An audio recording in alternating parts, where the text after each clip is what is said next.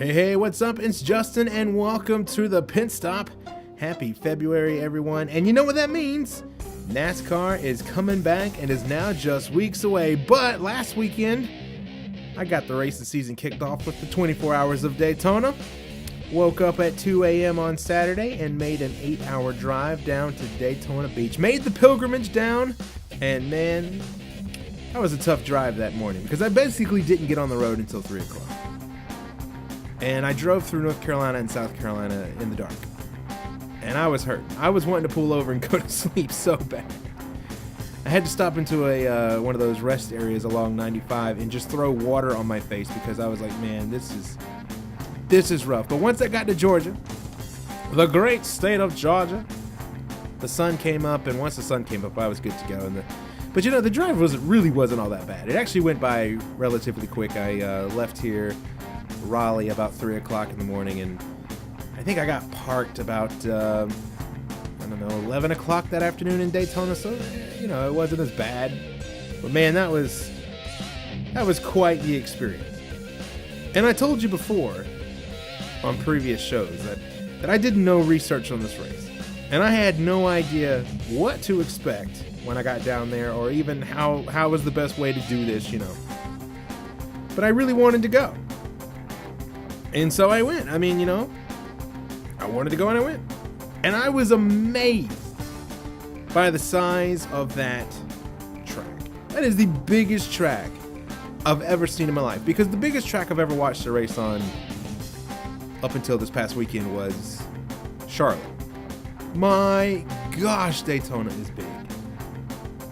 Which is funny because you know it's big. It's 2.5 miles. But I mean, TV just does not do it justice of how big this track is. But a fantastic racing facility, not a bad seat in the house.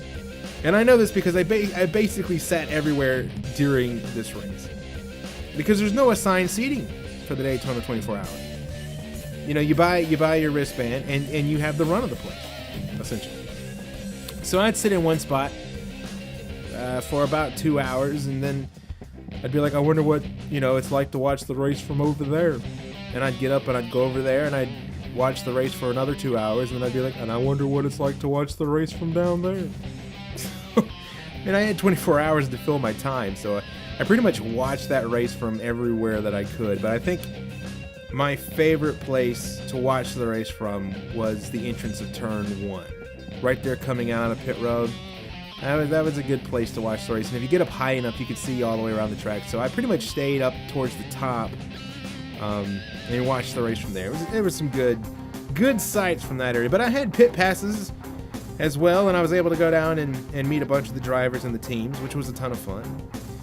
And, you know, and I ate a really good Philly cheesesteak. But I got to stand on pit road. And it didn't hit me until maybe a day or two after that I never imagined I'd ever get the chance to stand on the Daytona pit lane or walk across the start-finish line.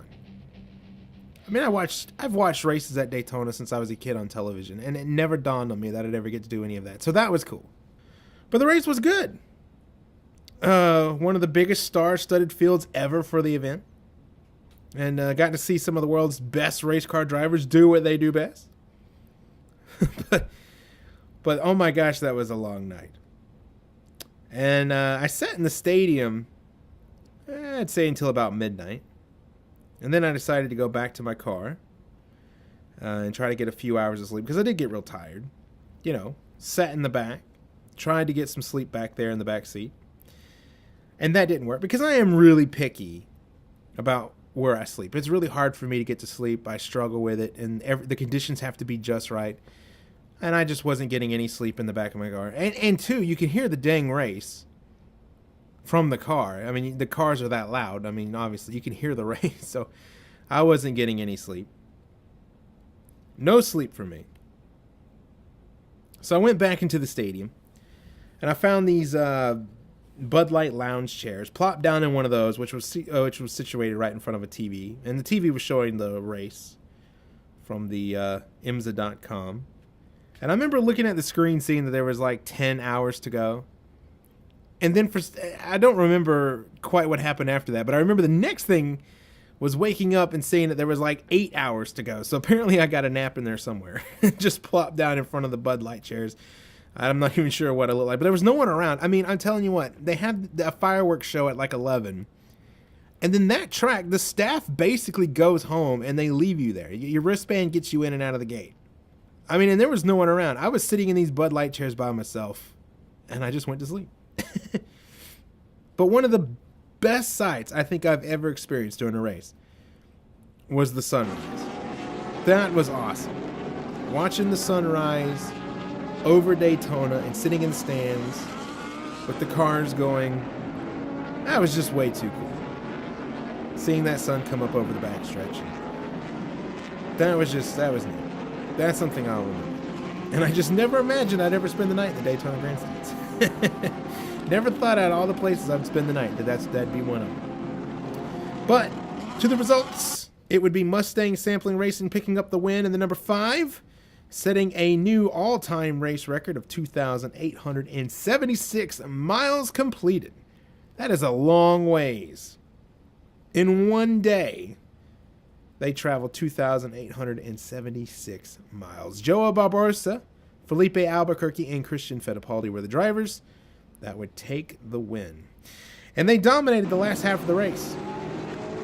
Once the number 7 Penske Acura had their trouble, the number 5 was able to take the lead in the 16th hour. And they never let it go. And that was even with the serious overheating issues. The number 5 was running very hot, and the team actually wasn't sure if the car would make it, but it did. It certainly did. The number 31 Whelen Engineering Cadillac would finish second. That team had former F1 driver Felipe Nasser, Eric Curran, Mike Conway, and Stuart Middleton behind the wheel. They had actually been the fastest in all the practice sessions, so they would come away with a strong second-place finish after 24 hours of racing. And the number 54 Core Autosport LMP2 Acura, driven by John Bennett, Colin Braun, Loic Duval, and Romain Dumas, would finish third. Those were the podium finishers in the top class, the prototypes. Cadillac, very strong. They've won the race twice now. Last year with the Wayne Taylor Racing, which did not finish the race this season. In the GT Le Mans, my favorite class, had what I thought was probably some of the best racing on the track throughout the majority of the race. The battles between the Fords and the Corvettes was just absolutely brilliant to watch. And I'll admit, they had my full attention. Because I spent most of the time during the race watching the GT Le Mans cars. The Fords and the Corvettes. Put on one heck of a show. The number 3 Corvette started from pole position, but it didn't help him out too much because pretty much the first lap, both of the Ganassi Fords took the lead away, and they never let it go. The number 66 and 67 Ford GTs looked dang near perfect throughout that entire race. I think a Ford was in the lead the entire time. 24 hours of racing, and they never gave up the lead. Is that not amazing? The Corvettes chased the Fords all day long, but they just could not catch them. But the win would ultimately go to the number 67 Ford GT with Ryan Briscoe, Richard Westbrook, and IndyCar driver Scott Dixon. And the number 66 Ford GT would finish second. Joey Hand, Dirk Mueller, and Sebastian Bourdais would be the pilots for that car. They won the race last year, but this year it'd be the number 67. Richard Westbrook said that there were no team orders from the bosses and the 2 Fords were allowed to race. Man, I tell you what, they put on a heck of a show out there on the track. And they ran right there together pretty much the entire race. The 2 Fords never got too far apart. I think the furthest they were apart was right there at the end. They were about 30 to 40 seconds apart. But for the majority of the race, there were times where those 2 Fords were glued to one another. So that was fun. But the number 3 Corvette would finish in third after starting from the pole. And by the way, I just want to say that out of all the cars in the field, the one that sounded the best was by far that Corvette. You could pick the sound of that car out amongst all the others. You knew when it was coming, and you knew when it was going. And when that Corvette would jump on the gas and peel out of that pit box, sound of beauty for sure. Amazing sounding car. In GTD, it was a bit of a surprise. The Austria-based Grasser Racing Team number 11 Lamborghini Huracan won the manufacturer's first victory during the Daytona 24. And that team had to start the race from last on the grid because of a qualifying penalty. But obviously it's a 24-hour race, and you have plenty of time to make up the ground. So they were able to make up that ground and grab their first win. Michael Shank Racing's number 86 Acura NSX would finish second, with Alvaro Parente, Catherine Legg, Trent Hinman, and AJ Allmendinger behind the wheel. They didn't qualify well, but they ran well, and they spent most of the race in the top 5, and they led 51 laps.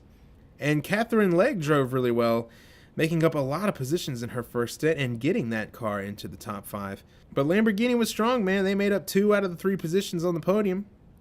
Paul Miller Racing, who also has a Lamborghini, would finish third. So those would be your podium finishers and winners from the classes in the 24 Hours of Daytona. But I had a blast, and I would certainly do it again. I would go back next year. And now that I figured out how to do it, and I've been there, and I've got the research now, I can do this, man. But I cannot imagine what that race is like when the 500's in town. When NASCAR rolls into Daytona next week to begin Speed Weeks, I cannot imagine what that place must be like, because most racetracks that I've been to are built kind of away from where they are. Even though it's the Charlotte Motor Speedway, it's built nowhere near Charlotte. It's out in the middle of the fields, right? And the fields is where the track is away from things. Daytona is not that way. Daytona is built right there in the middle of the town. Across the street from the front stretch is a mall, a Bass Pro Shops, P.F. Chang's, Taco Bell, Hooters, Chipotle. All these businesses are right there, and there's no parking for the track really. The parking for this 24 Hours event was at the mall. I parked the ushers brought me into the Bass Pro Shops parking lot. That's where it was.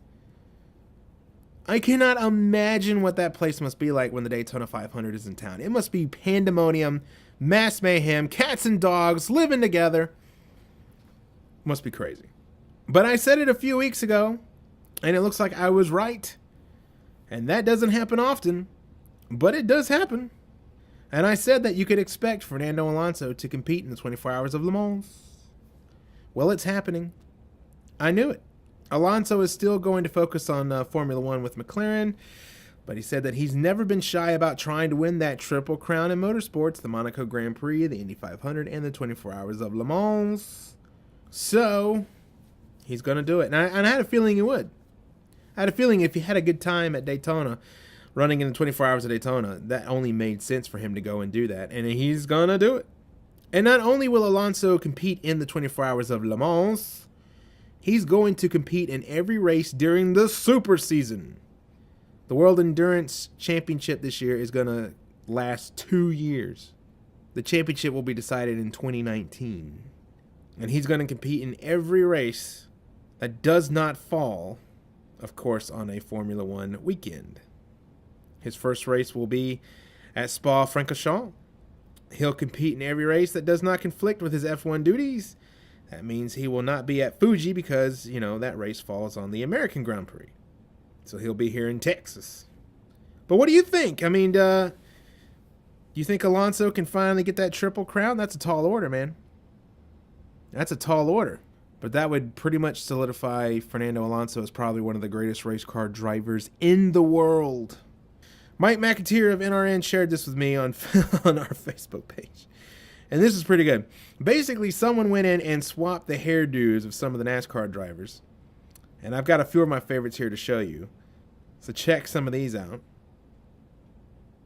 And you can look at the rest of these on the NRN Facebook page, Noble Racing Network, right there on Facebook. You can see the rest of those and have a laugh. They're pretty good. They're pretty good. Jeffrey Earnhardt has got some big news come out this week. He'll have a full-time ride for the 2018 season with Starcom Racing. That's the Derek Cope team. They recently picked up the charter for the year, so that is going to ensure that the Earnhardt name stays alive in NASCAR. He'll be in the 00 Chevy Camaro, so that'll be cool. And I was talking about this the other day, actually, with Mike McAteer, who's a contributor for NRN. And I was telling him that Jeffrey Earnhardt was a missed opportunity. Because if I'm a small team, I'm thinking I'm going to hire him to drive my car. Pulling off that Earnhardt name and trying to market that. Just the fact that he's an Earnhardt. Market that. Try to pick up some of those Earnhardt fans and get them on board your program. Telling sponsors that you've got an Earnhardt on your team and you should come join us. Merchandise. Think about it. Money that could be made using that. I was telling him, I said, look, if I have a team, I'm going out and I'm trying to get him. I don't know how good he is. I mean, he hasn't run all that well, but he's never really had the equipment to do so. But I don't know. I would be like, you know what? I'm going to give it a try. I'm gonna hire Jeffrey Earnhardt, tell everyone that I've got an Earnhardt, and try to get those fans my way. You get fans your way. You get fan recognition. That brings sponsors on board. Tell sponsors, I've got an Earnhardt. They should come running to you. And it looks like that's what Starcom's doing. Looks like they had the same idea I had. So expect an Earnhardt in the field in 2018. Jeffrey Earnhardt. Last week, if you listened, you may remember that I said that Kyle Busch was kind of taking the fight to the younger stars of NASCAR. He was complaining that NASCAR was pushing its younger guys and were snubbing the older veterans. Someone apparently isn't getting enough attention. Well, the other Busch has joined in the fight.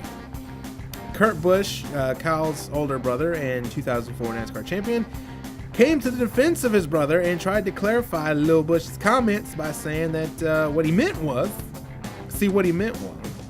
NASCAR is pushing drivers as their stars who have yet to win a race, and he used Chase Elliott as the example. They're trying to make Chase Elliott look cool, but Chase Elliott has yet to win and has yet to prove himself, is basically Kurt Busch's point, which, okay, I'll give you that. Chase is considered a star, and NASCAR is certainly making him to look like this Billy Badass, and, you know, he has yet to win, but what the hell? What's up with the Busch boys? What's it matter to them anyway? They're already stars of the sport. They're both champions. Do they need all the attention? Kyle Busch is on the cover of the NASCAR Heat 2 video game. I'd say they're doing okay.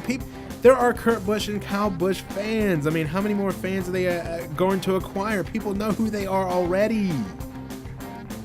NASCAR just wants to give some attention to these young up-and-comers. And plus, maybe the reason they don't get the push because they are mega douchebags. And that's just my opinion. But in my opinion, they are mega douchebags. And why would you make guys as controversial as both of them your mega stars? I mean, you want them on the front of everything when they're that controversial? Those guys, the Busch boys are crazy. They're crazy. I mean, and when you look at the Busch brothers, do you really think role models? You really think Kyle Busch is a role model? You want your kid growing up to be like Kyle Busch? Ask yourself. When you look at your kid right now, turn around and look at your kid. Look at your kid.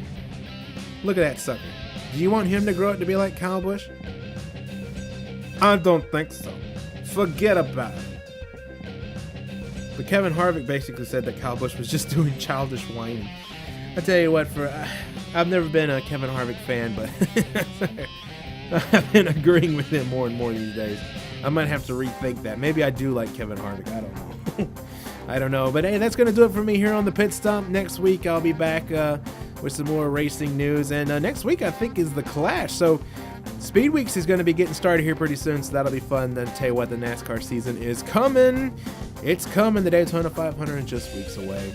I'm Justin. Thank you so much for listening. And I will see you back here next week on the Pit Stop. Take it easy, folks.